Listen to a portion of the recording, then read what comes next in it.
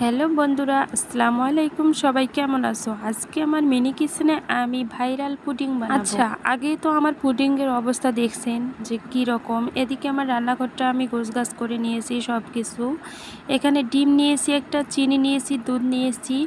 আমি দুধটা একটু গরম করে নেব আর চিনি এর মধ্যে দিয়ে একটু দুধটা আমি ভারী করে নেব। চিনি আর দুধটা যখন একটু ভারী ভারী হয়ে আসবে তারপরে কিন্তু আমি নামিয়ে রাখবো এটাকে ঠান্ডা করার জন্য। আর বন্ধুরা, যদি আমার মিনি কিচেনের সবগুলো আইটেম আপনাদের কাছে ভালো লাগে অবশ্যই কিন্তু আমাকে জানিয়ে দিবা।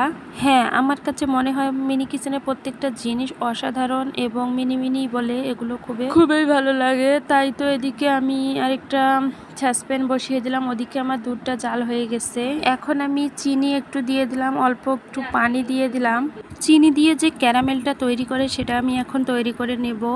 ক্যারামেলটা তৈরি করলে পুডিংয়ের নিচে অনেক সুন্দর হয়। জীবনে ফার্স্ট আমি মিনি কিচেনে পুডিং তৈরি করছি। এটা আমার প্রথম পুডিং তৈরি করার ভিডিও। যদি আপনাদের কাছে ভালো লাগে অবশ্যই কিন্তু আমাকে কমেন্টের মাধ্যমে জানাবা যে কেমন হয়েছে। বন্ধুরা, এদিকে আমার দেখো ক্যারামেলটা প্রায় শেষের দিকে। আমি আপনাদেরকে সুন্দরভাবে দেখানোর জন্য অনেক দূর থেকে ভিডিওটা করছি। এদিকে আমার মাটির একটি পাত্র, মানে সসপ্যান বলে যেটাকে, আমি এটার মধ্যে নিয়ে নিলাম। আমি এটাতে পুডিংটা তৈরি করব, কারণ আমার অন্য কোনো স্টিলের ভাড়া নেই যেটার মধ্যে আমি করব। পুডিং তৈরি করতে যে ডিম লাগে সেটা আমি এখন তৈরি করব। ডিমটা একটু ফেটিয়ে নেব, ফেটিয়ে নিলে কিন্তু আমার পুডিংটা অনেক সুন্দর হবে।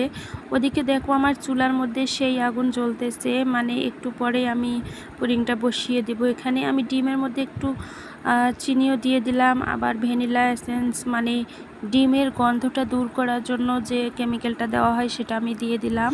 তো বন্ধুরা, আমার প্রায় শেষের দিকে ফেটানোটা শেষ হয়ে এসেছে।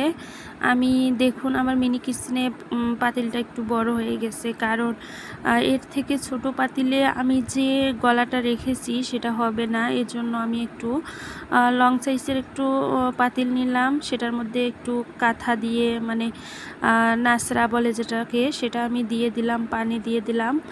এরপর আমি ক্যারামেলটার উপরে ফ্যাটটা দিয়ে দিলাম। ফ্যাটটা দিয়ে আমি এখানে বসিয়ে দিব। বসার পরে ঢাকনা দিব। ঢাকনা দেওয়া শেষ হলে আমি এটাকে অনেকক্ষণের জন্য রেখে দিব। কিন্তু পুডিংটা বানাতে আমার কি পরিমাণ যে সময় লাগছে সেটা বলে বোঝাতে পারবো না।